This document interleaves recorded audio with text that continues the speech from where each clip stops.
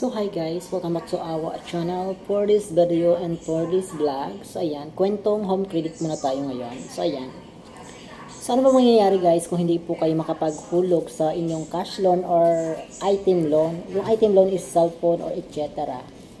na ginamit nyo yung home credit. So based on my experience, yung i-share ko po sa inyo. So ayan. So and then marami din po kasi nagtatanong with my past video. So ano daw ba mangyayari or nawawala po ba daw yung patong na yung mga charges ng home credit. So ito yung share ko po sa inyo is based on my experience lamang po. So hindi po tayo magbabase sa kung ano-anong pong nangyayari. So binase natin ito sa ating experience. So ayan guys.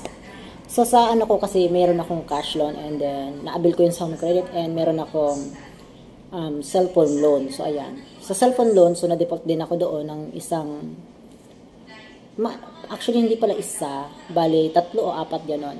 So kapag hindi po talaga kayo makapaghulog or na-default po kayo, so meron po siyang charges na 200. So may time na nawawala po siya kapag tinawagan ka ng customer service nila, yung basta may tutawag sa inyo kapag hindi ka po nakapaghulog bago mag 1 week.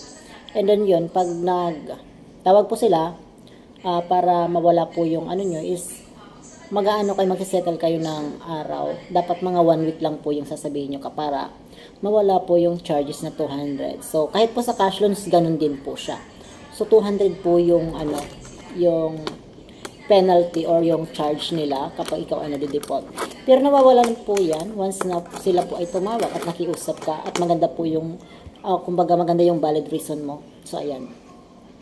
So ako kasi ang ginawa ko noon, meron talaga na umabot na talaga ng 15 days, hindi na po talaga ako nakapaghulog. So nagkaroon po talaga siya ng penalty na 200. So actually naman po yung 200 na yon, hanggang 1 month na po yun pag hindi ka nakapaghulog. Hindi naman po yun yung per day or per week or whatever. So isang month na default is 200. So ayan.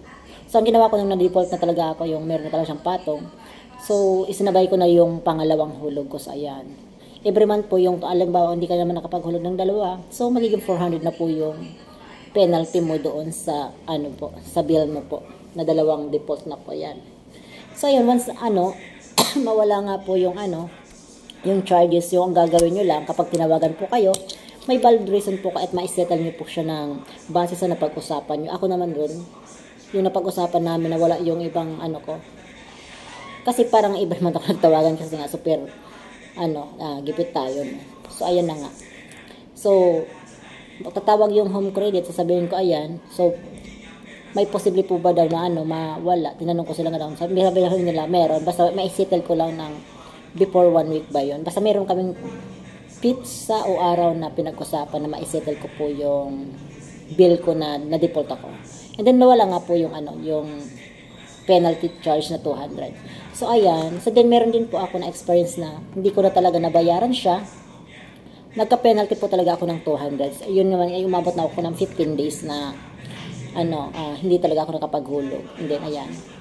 And then never nyo pong i-ignore yung mga tawag sa inyo ng home credit kapag natawag sila kapag kayo ay hindi nakapaghulog. Kasi po, once na hindi po kayo na na kapag ay hindi nyo na-accept yung tawag nila, so tatawag po sila sa contact references nyo po na inilagay po doon sa inyong home credit na po kayo, nag-loan po kayo. So ayan. Meron po kasi yan contact references, ayan.